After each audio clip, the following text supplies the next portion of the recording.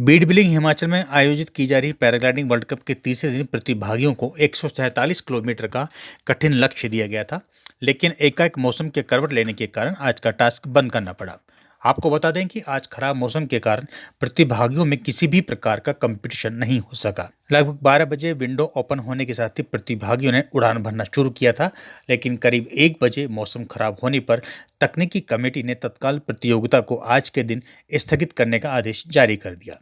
मंगलवार को बिलिंग से शानन, शानन से पालमपुर, पालमपुर से बैजनाथ, बैजनाथ से शानन, शानन से पालमपुर, पालमपुर से अजू, अजू से बिलिंग और बिलिंग से टेको पॉइंट तक का लक्ष्य दिया गया था। आज टास्क बंद होने के कारण सोमवार के रिजल्ट ही अभी तक प्रभावी रहेंगे।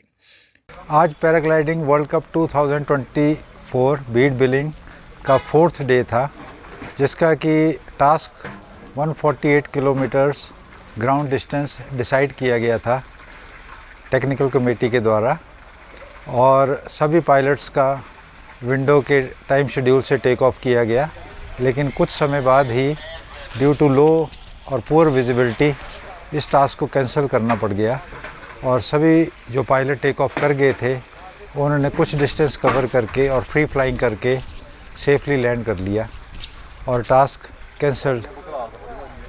किया गया।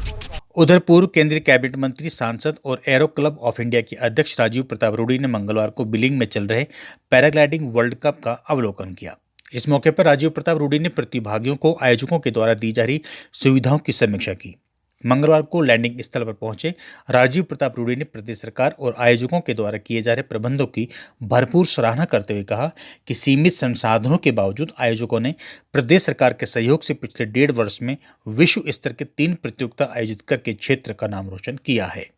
रूडी ने कहा, प्रधानमंत्री और केंद्र सरकार के द्वारा साहसिक खेलों को विकसित करने के लिए हर संभव सहयोग दिया जा रहा है। प्रदेश सरकार से मिलकर और बिलिंग के टेको पॉइंट और लैंडिंग स्थल पर चल रही खामियों को दूर करने के लिए केंद्र के द्वारा हर स्तर पर सुविधा मुहैया करवाई जाएंगी। आप भी सुने राजीव प्रताप रूडी क्या कह रहे हैं। आज मैं कांगड़ा जिला के हिमाचल प्रदेश के इस खूबसूरत स्थान बीर बिलिंग का,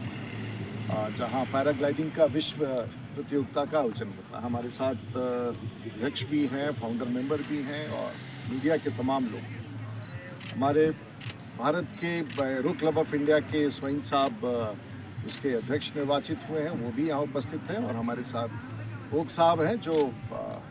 ऑब्जर्वर के रूप में एरो क्लब ऑफ इंडिया। तो हिमाचल प्रदेश सरकार का एक बहुत ही बढ़िया प्रयास, और पिछले 2 दशक से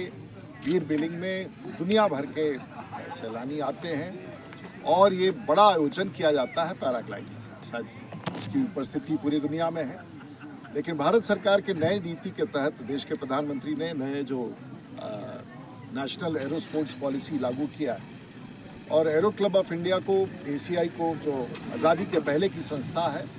उसे एक जिम्मेवारी दी है कि इसे पूरे भारतवर्ष में विश्व ख्याति दिलाए और सहयोग के दृष्टिकोण से इन स्थानों को दे। तो आज निरीक्षण के तौर पर, और क्योंकि मैं सांसद भी हूँ और उसके साथ साथ भारत सरकार में पूर्व नागरिक विमानन मंत्री भी रहा हूँ, कप्तान भी हूँ, और इस समय एरो क्लब ऑफ इंडिया का अध्यक्ष भी हूँ, तो जो यहाँ अधिकारी हैं और जो व्यवस्था है,